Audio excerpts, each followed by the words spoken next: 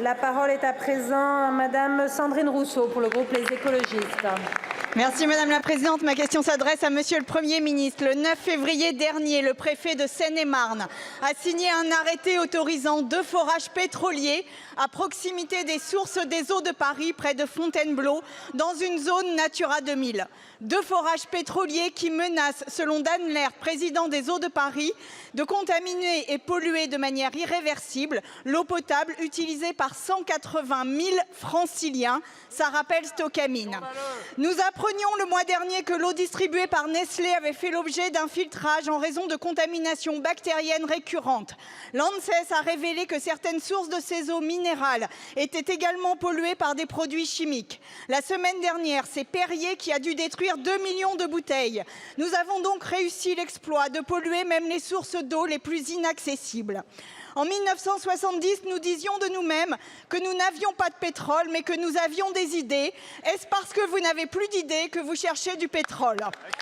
Nous pouvons vivre sans pétrole. Nous ne pourrons jamais nous passer d'eau potable de qualité.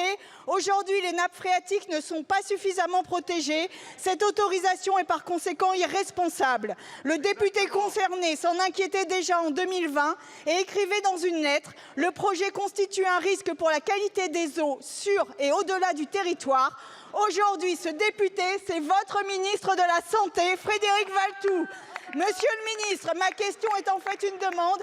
Arrêtez immédiatement ce projet et présentez en urgence une loi cadre de protection de l'eau.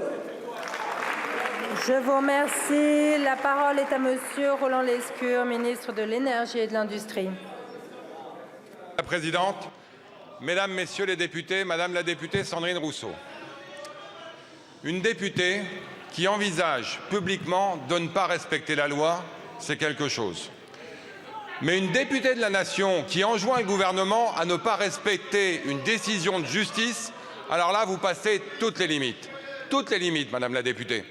Moi, quand je suis arrivé dans cet hémicycle en 2017, j'ai eu l'honneur que la 2e loi que nous avons votée, c'est celle qui a prévu l'extinction du forage et de l'exploration et de l'exploitation des hydrocarbures en France d'ici 2040, et c'est cette majorité qui l'a votée.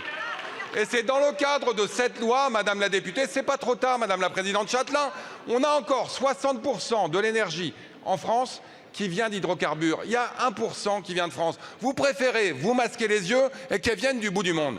Nous respectons la loi qui a été votée ici. Cette loi prévoit que les concessions prévues, et celle dont vous parlez est prévue depuis 2009, puissent être exploitées jusqu'en 2040. Celle dont vous parlez en l'occurrence, c'est 2034. Mais pas selon n'importe quelle condition, Madame la députée, vous le savez, vous y avez fait référence. Le préfet a pris un arrêté en janvier 2024, de manière à ce que cette exploitation, autorisée par la loi et enjointe par le gouvernement, respecte évidemment l'environnement. Donc arrêtez de faire peur à tout le monde. Des conditions extrêmes, je vais vous les lire, ont été engagées par le préfet et seront évidemment respectées. Des travaux de forage suivis par un géologue, des critères spécifiques imposés aux fluides utilisés pour le forage, le contrôle de l'ensemble des produits chimiques utilisés sur le site, le contrôle de la cimentation des puits et évidemment la mesure de la turbidité, c'est-à-dire la qualité de l'eau, de manière à ce qu'elle reste limpide sur toute la zone concernée.